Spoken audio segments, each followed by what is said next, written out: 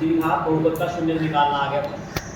तो आज की इस क्लास में हम द्विघात बहुपद जैसे A X square plus B X plus C, इसके शून्य मान लिया हमने अल्फा बीटा है ये, तो इनका द्विघात बहुपद के जो गुणांक हैं ए बी सी, उनके साथ संबंध स्थापित करना सीखेंगे।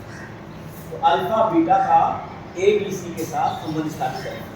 तो संबंध क्या होता है, शून्यकों का जो जोड़ होता है ना, वो माइनस बी बटे ए के बराबर होता है, और शून्यकों का गुणनफल जो जोड़ है माइनस बी बटे ए होता है। तो ए नहीं लिखा, मैं ए लिख देता हूँ, बी बटा ए होगा।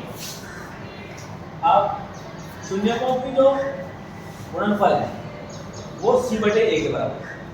तो शून्यकों का गुणनफल कितना हो गया, शून्य कौन से अल्फा बीटा, अल्फा गुणा बीटा बराबर सी बटे ए। अब इसके साथ ये कैसे होता है, कैसे करते हैं इस तरीके से सवाल, इसका सवाल पेपर में आता है बोर्ड में हमेशा।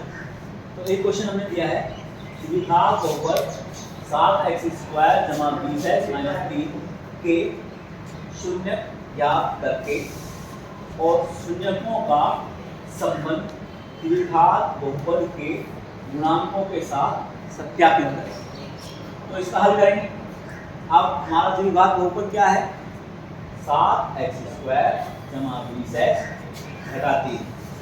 अब इसमें a कितना है, a होता है x स्क्वायर का गुणांक, तो a की वैल्यू है 7, और b होता है x का गुणांक, तो b की वैल्यू है 20, और जिसके साथ चर नहीं है वो अकेला 3 है माइनस का, तो उसकी वैल्यू होगी c। ठीक है, यस सर। तो इस सवाल को करने के लिए हमारा ये रफ वर्क है, a और c की गुणा करेंगे। a प्लस का 7 है और c माइनस का 3, तो 7 और माइनस 3 की गुणा माइनस 21 हो गई। ठीक है ना, माइनस 21 हो गई। क्योंकि यहाँ माइनस है इसलिए हम 21 के ऐसे टुकड़े करेंगे जिनका अंतर b के बराबर है। b कितना 20, तो 21 के टुकड़े कैसे होते हैं, 7 के 21। यहाँ अंतर कितना, 7 और 3 का 4, तो ये वाले टुकड़े नहीं चलेंगे। Yes sir. 21 एक 21 और 1 का अंतर कितना है 20, ये वाला चलेगा। हाँ, यहाँ एक बात का और ध्यान रखना है, जो बड़ा टुकड़ा है उसको b का चिन्ह देंगे। b का चिन्ह क्या है, प्लस, यानी 21 बड़ा टुकड़ा है इसलिए 21 को प्लस का देंगे और 1 को माइनस का। इसीलिए हमने 20x को 20x ना लेके प्लस का 21x और माइनस 1x लिखते हैं, यानी x। Yes sir. और 7x स्क्वायर को ऐसे कैसे ऊपर से नीचे उतार लिया, और माइनस 3 को भी ऐसे कैसे नीचे उतार लिया। अब इन पहले दो में क्या कॉमन है, 7 यहाँ पर है और 21 के अंदर 7 के 21 के रूप में छुपा हुआ है, तो 7 यहाँ पे, x यहाँ पर भी है, यहाँ पे भी, तो 7x हमने ले लिया।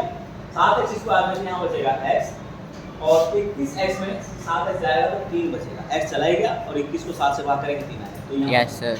अब इन दोनों में क्या कॉमन है, वैसे तो कुछ कॉमन नहीं है, ना तो दोनों तरफ x है ना 3 है, लेकिन माइनस है तो माइनस 1 कॉमन ले लेंगे। तो यहाँ बचेगा, अंदर वालों के जब चिन्ह बदल जाते हैं अगर बाहर माइनस कॉमन लिया, तो इसीलिए हमारा ये जो x प्लस का हो जाएगा, ये 3 प्लस का। अब आप देख रहे होंगे यहाँ पर x प्लस 3 दोनों पदों में फैक्टर है, एक यहाँ क्लियर यहाँ। अब x प्लस 3 को बाहर मिलेंगे, पहले वाले पद में बचेगा 7x और दूसरे वाले पद में बचेगा माइनस 1। तो हमारे पास एक 7x माइनस 1 रैखिक बहुपद बना, और इसके साथ x प्लस 3 दूसरा रैखिक बहुपद बना।